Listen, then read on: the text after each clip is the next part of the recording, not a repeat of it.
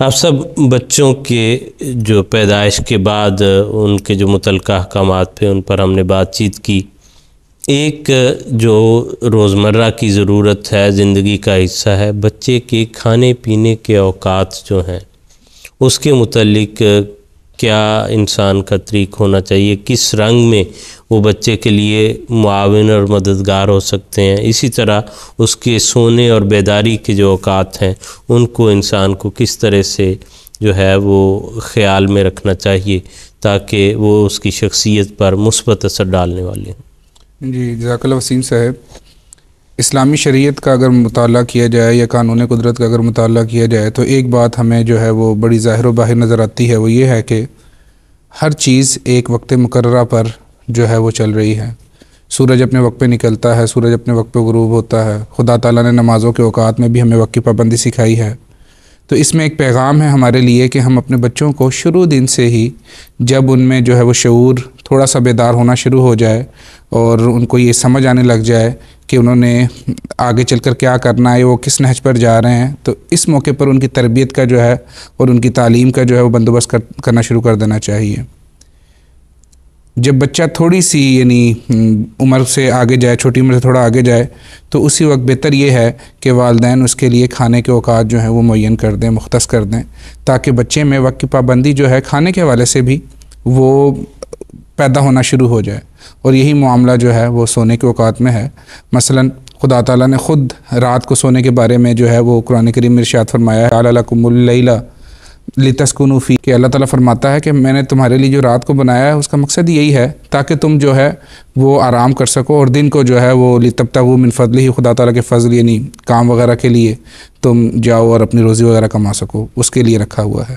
تو بچے کو جو ہے وہ رات کو وقت پر سلانا، اس کی عادت ڈالنی چاہیے. اگر یہ عادت اگر بچے میں شروع دن سے ہی پیدا ہو جائے گی تو اس کا بڑا فائدہ یہ ہوگا کہ پھر وہ انشاءاللہ آگے جا کر نماز تہجد کے لیے بھی اٹھ سکے گا آسانی کے ساتھ، نماز فجر بھی وقت پہ ادا کر سکے گا. اگر تو گھر کا ماحول ایسا ہے کہ رات دیر تک جو ہے وہ خوش گپیاں چلتی رہتی ہیں، ٹیلی ویژن کے سامنے بیٹھے رہتے ہیں، تو اس کا نتیجہ یہ ہوگا کہ بچہ بھی پھر انہی عادات اور خصائل کو اپناتا چلا جائے گا اور پھر رات دیر سے اور تاخیر سے پھر سونے کا عادی بن جائے گا. تو اس لیے بہتر یہی ہے کہ بچے کے جو بھی معاملات ہیں، خواہ وہ کھانے پینے سے تعلق رکھتے ہوں یا بچے کے سونے جاگنے سے تعلق رکھتے ہوں، بہتر یہی ہے کہ اس کے لیے کچھ وقت مختص کیا جائے. حضرت مصلح موعود رضی اللہ تعالیٰ عنہ نے حضرت خلیفۃ المسیح الاول رضی اللہ تعالیٰ عنہ کے حوالے سے ایک بات بیان کی. میں چاہتا ہوں کہ برکت کے طور پر بھی اور رہنمائی کے طور پر بھی اسے پیش کر دوں. آپ فرماتے ہیں کہ بچوں کی تربیت کے حوالے سے ایک اہم امر یہ بھی ہے جو حضرت خلیفۃ المسیح الاول بیان فرمایا کرتے تھے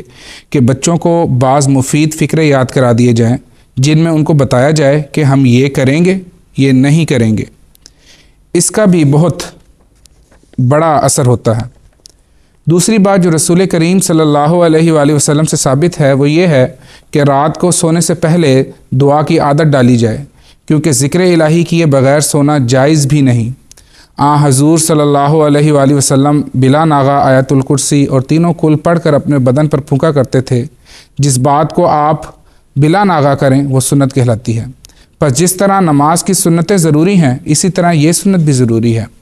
اور اگر ان کو ترک کرنے میں گناہ ہے پھر اس کے ترک کرنے میں بھی گناہ ہونا چاہیے. تو حضور نے یہاں پر ایک رہنمائی دی ہے کہ بچوں کو شروع دن سے ہی یہ عادت ڈالنی چاہیے، اور والدین کا کام ہے، خواہ والدہ کا کام ہو یا والد کرے، کہ بچوں کو سونے سے پہلے جہاں ان کو سونے کے اوقات کی طرف توجہ دلائی جائے وہاں پہ ان کو پھر چھوٹی چھوٹی دعائیں بھی سکھائی جائیں، چھوٹی چھوٹی جو ہیں وہ اچھی باتیں اور اخلاق کی باتیں بھی ان کو سکھائی جائیں. یہ بھی ان کی تربیت میں آگے چل کر ایک بہت ہی کارآمد کام کرے گی. اور آپ صاحب کہ جو جیسے آپ نے ذکر کیا کہ یہ چھوٹی چھوٹی باتیں جو ہیں ان کے دراصل بڑے گہرے نتائج ہوتے ہیں، انسان کی طبیعت پر بڑا گہرا اثر ہوتا ہے. اس کی باریک در باریک باتوں میں سے ہمارے لیے تو رہنمائی موجود ہے، ایسے جو ہے رسا ذہن اللہ تعالیٰ نے دیے ہوئے تھے. مسلم اور رضی اللہ تعالیٰ عنہ نے اسی پہلو سے جو ہے حضور نے بیان فرمایا. اور ہم دیکھیں گے کہ ایک جو عام بات ہے کھانے پینے کی، اس میں سے حضور نے کیا کیا انسان کو یہ نکال کے بتایا کہ اس سے کیا کیا فائدے پہنچیں گے. حضور نے فرمایا کہ غذا بچے کو وقت مقررہ پر دینی چاہیے. اس سے بچے میں یہ عادت ہوتی ہے کہ وہ خواہشات کو دبا سکتا ہے اور اس طرح بہت سے گناہوں سے بچ سکتا ہے۔ چوری، لوٹ کھسوٹ وغیرہ بہت سی برائیاں خواہشات کو نہ دبانے کی وجہ سے ہی پیدا ہوتی، کیونکہ ایسے انسان میں جذبات پر قابو رکھنے کی طاقت نہیں ہوتی، اور اس کی وجہ یہ ہوتی ہے کہ جب بچہ رویا ماں نے اسی وقت دودھ دے دیا۔ ایسا نہیں کرنا چاہیے، بلکہ مقررہ وقت پر دودھ دینا چاہیے، اور بڑی عمر کے بچوں میں یہ عادت ڈالنی چاہیے کہ وقت پر کھانا دیا جائے، اس سے یہ صفات پیدا ہوتی ہیں۔ اب دیکھیں حضور نے اس سے جو آگے نتائج نکالے ہیں، پابندی وقت کا احساس، نمبر 2 خواہش کو دبانا، نمبر 3 صحت، نمبر 4 مل کر کام کرنے کی عادت ہوتی ہے، کیونکہ ایسے بچوں میں خود غرضی اور نفسانیت نہ ہوگی، جبکہ وہ سب کے ساتھ مل کر کھانا کھائیں گے۔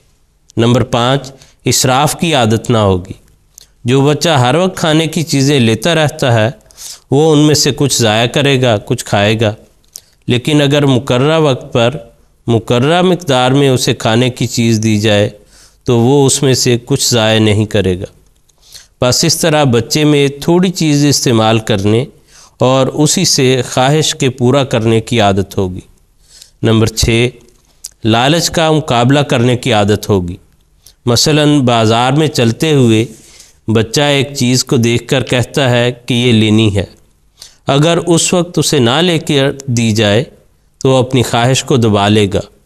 اور پھر بڑا ہونے پر کئی دفعہ دل میں پیدا شدہ لالچ کا مقابلہ کرنے کی اس کو عادت ہو جائے گی۔ اسی طرح گھر میں چیز پڑی ہو اور بچہ مانگے تو کہہ دینا چاہیے کہ کھانے کے وقت پر ملے گی، اس سے بھی اس میں یہ قوت پیدا ہو جائے گی کہ نفس کو دبا سکے۔ تو اس طرح سے حضور نے ایک معمولی بات جس کو ہم سمجھتے ہیں کہ جی اور حضور نے کیسے جو ہے اس عام ایک عادت کا جو ہے وہ بیان کیا کہ جی جب بچہ رویا اس کو دودھ پلا دیا کہ جی چپ کر گیا، ہماری جان چھوٹ گئی، بس جو ہے اپنے کام میں لگے رہیں، اور اس کے نتیجے میں یہ نہیں سوچا جاتا کہ اس بچے کی شخصیت پر، اس کی عادات پر کیا اثر ہو سکتا ہے۔ تو اس لیے یہ جو معمولی باتیں ہیں اور عام جو روٹین کی باتیں ہیں ان کو بھی بہت سوچ سمجھ کے اور اس کے مستقبل پر نظر رکھتے ہوئے اور اس کے نتائج پر نظر رکھتے جو ہے وہ انسان کو کرنا چاہیے۔ اور یہ دیکھنے میں آتا ہے کہ لوگ بچپن میں اس کو سارے بچے کو ایک لاڈ پیار میں اور بچہ اور بچپن کے نام پر گزار دیتے ہیں، اور جب وہ اس کی وہ عادات پختہ ہو جاتی ہیں تو پھر اس کی تربیت کے مسائل لے کر جو ہے وہ بیٹھ جاتے ہیں کہ جی اب ہماری یہ بات نہیں مانتا، اس میں یہ مسئلہ پیدا ہو گیا۔ تو اس لیے وہ تو شروع دن سے کرنے کی چیزیں ہیں، اور انسان کو شروع دن سے باریکی کے ساتھ جو ہے ان چیزوں کو سامنے رکھنا چاہیے۔ آپ نے مسلم رضی اللہ تعالیٰ عنہ کا اقتباس پڑھا ہے، اس کا خاص طور پہ ان ممالک میں تو بہت ضرورت ہے۔ جی بالکل، کیونکہ ان ممالک میں یہ سمجھا جاتا ہے کہ بچہ جو کہے وہ مان لینی چاہیے۔ جی بالکل خان صاحب، اور اس کی وجہ سے پھر جب بچہ بڑا ہوتا ہے تو وہ تربیت بالکل بگڑتی ہے۔ بچہ یہ سمجھتا ہے کہ نہ والدین کی بات ماننے کی ضرورت ہے، میں انڈیپینڈنٹ ہوں، میں کوئی بچہ نہیں رہا۔ تو یہ اتنا خوبصورت اقتباس آپ نے جو پڑھا ہے، ایک ایک چیز وہ اس کی شخصیت بنا رہی ہوتی ہے۔ اسی طرح مشہور صاحب نے سونے کا ذکر کیا ہے، وہ بھی یہاں پہ بڑا خراب ہوا سسٹم۔ حضور صلی اللہ علیہ وسلم کی اتنی بنیادی حدیث ہے کہ حضور نے، صحابہ کہتے ہیں کہ حضور منع فرمایا کرتے تھے کہ عشاء سے پہلے سونا نہیں اور عشاء کے بعد باتیں نہیں کرنی، اور اس کی وجہ یہ ہے کہ عشاء سے پہلے اگر سو گئے تو نماز عشاء گئی، اور اگر بعد میں باتیں کرتے رہے تو فجر گئی۔ بالکل، تو یہ چیزیں اگر ٹائم کی پابندی ہو جائے، جس طرح محترم مشہور صاحب نے کہا کہ اللہ نے رات تو بنائی سونے کے لیے، ہمارے ہاں یہ خاص طور پہ اس معاشرے میں ہمارے ایشین جو کلچر ہے، جو انگریز ہے، جو یہاں کا مقامی ہے، وہ اپنے 5 دن بالکل خراب نہیں کرتا، وہ ٹائم پہ بیڈ پہ چلا جاتا ہے، اس لیے کہ صبح اس نے جاب پہ جانا ہے۔ اور خزا وہ اپنے تو وہ بالکل خیال رکھتا ہی ہے، جیسے آپ نے فرمایا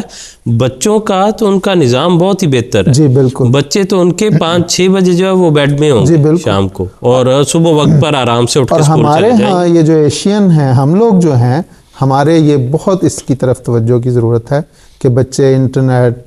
کمپیوٹر، ٹیلی ویژن یہ